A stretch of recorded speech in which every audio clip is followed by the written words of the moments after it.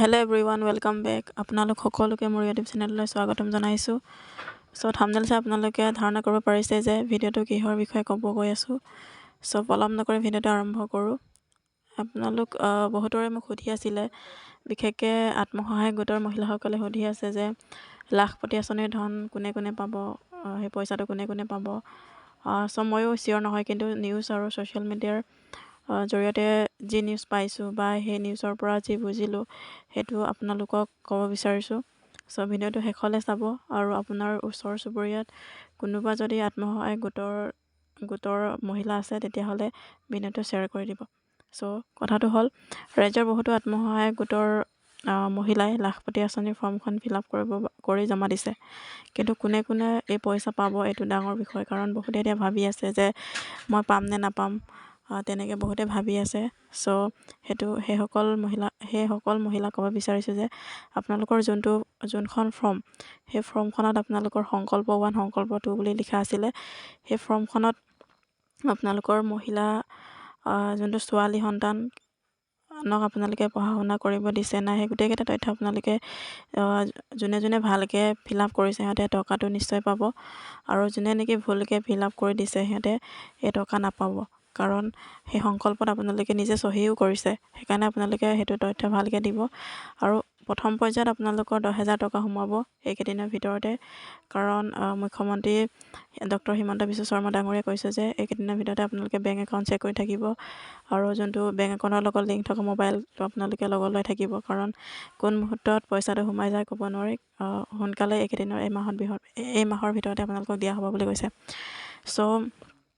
প্ৰথম কিস্তিত আপোনালোকক 10,000 টকা দিব, আৰু সেই 10,000 টকা দি আপোনালোকে নেক্সট যোনটো আপোনালোকৰ লোন ফৰ্ম যে আপোনালোকে ফিল আপ কৰিছিলে, সেই লোন ফৰ্মখন আপুনি কি পুহিব, হাঁহ পুহিব নে কুকুৰা পুহিব, বা কিবা যদি আপুনি ব্যৱসায় কৰিব বিচাৰিছে, গাহৰি ফিচাৰী, যিয়ে নহওক, আপোনাৰ যোনটো লোন ফৰ্ম আপুনি যোনটো দিছিলে তাঁতশাল, সেই গোটেইকেইটা আপোনালোকে কোনটো কৰিব বিচাৰে সেইটো কৰিলে আপোনালোকৰ নেক্সট সেইটো কৰি যদি আপোনালোকৰ লাভান্বিত হৈছে, দেন আপোনালোকক আকৌ 25,000 টকা দিয়া হ'ব।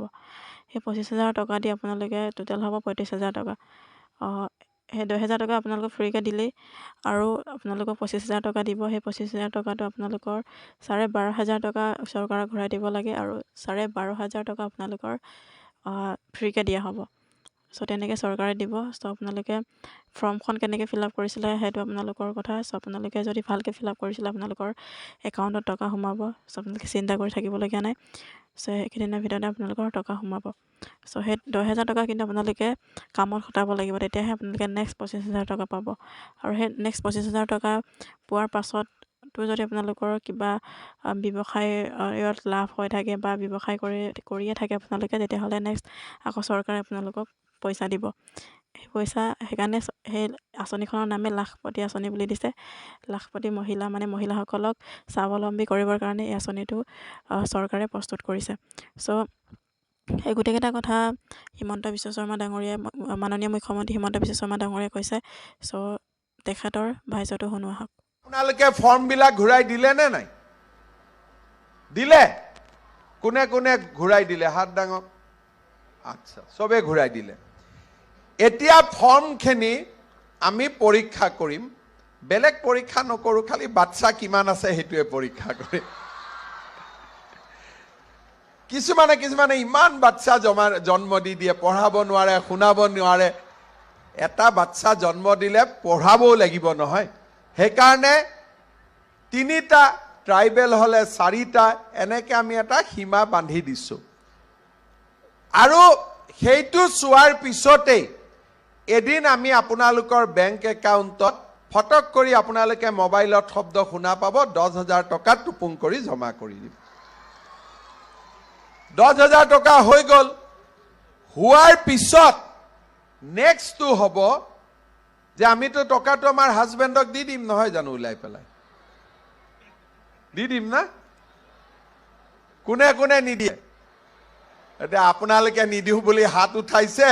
এতিয়া বেচেৰা কামাখ্যাত আছাৰ টেনচন হৈ আছে, গিৰিয়েকবিলাকে যদি ভোট নিদিয়ে কি হ'ব? সি মোক গাড়ীতে কৈছে, দাদা এইটো কথা নক'ব দেই, হাজবেণ্ডবিলাকে ভোট নিদিব বুলি। কিন্তু মই কৈছোঁ যে মূলা গাভৰু কনকলতাৰ দেশত হাজবেণ্ডে নিজৰ মতে ক'ত ভোট দিব? মাসকলৰ মতে ভোট দিব লাগিব, হয়নে নহয়? হয় নে নহয়? জোৰ কৰি কওক, হ'ব লাগিব এইটো। যাৰ যে শুনিও আছে তেওঁলোকেও নিয়মটো উল্টাই দিব এতিয়া ঘৰত গৈ, ঠিক আছে? যি নহওক, হাজবেণ্ডসকলৰ বাবেও বেলেগ বেলেগ কাম চলি আছে।